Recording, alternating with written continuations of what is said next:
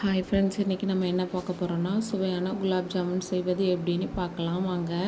அதுக்கு ஒரு 10 ரூபா பாக்கெட்டை பாலில் காய்ச்சி எடுத்துக்கலாம், காய்ச்சி ஆற வச்சுக்கலாம். இப்போ நம்ம மிக்ஸியில் 2 பாக்கெட் எடுத்து தட்டி அந்த நம்ம காய்ச்சி ஆற வச்ச பாலை ஊற்றி விரசி வச்சுக்கலாம்.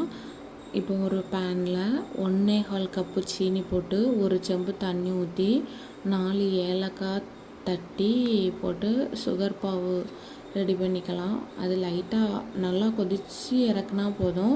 அதுக்கு பாகெல்லாம் பண்ணணுன்னு அவசியம் இல்லை. ஒரு கம்பி பதம் 2 கம்பி பதம் சொல்லுவாங்கள்ல, அதெல்லாம் வேண்டாம். இப்போ நம்ம ஆல்ரெடி உருட்டி வச்ச பால்ஸ் எடுத்துக்கலாம்.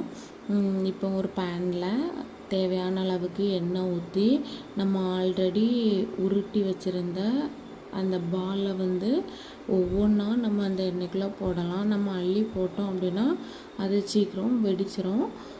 வெடித்தா அது நல்லா இருக்காது.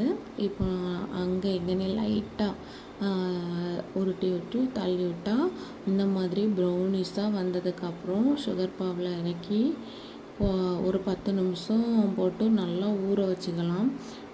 ஊறினா குலாப் ஜாமுனில் ஒரு 3 ஒரு பெரிய ஸ்பூனுக்கு ஐஸ்கிரீமும் வச்சு சாப்பிட்டா அவ்வளோ டேஸ்ட்டாக இருக்கும். கண்டிப்பாக நீங்கள் ட்ரை பண்ணி பார்த்துட்டு எப்படி இருக்குன்னு கமெண்டில் சொல்லுங்கள் ஃப்ரெண்ட்ஸ்.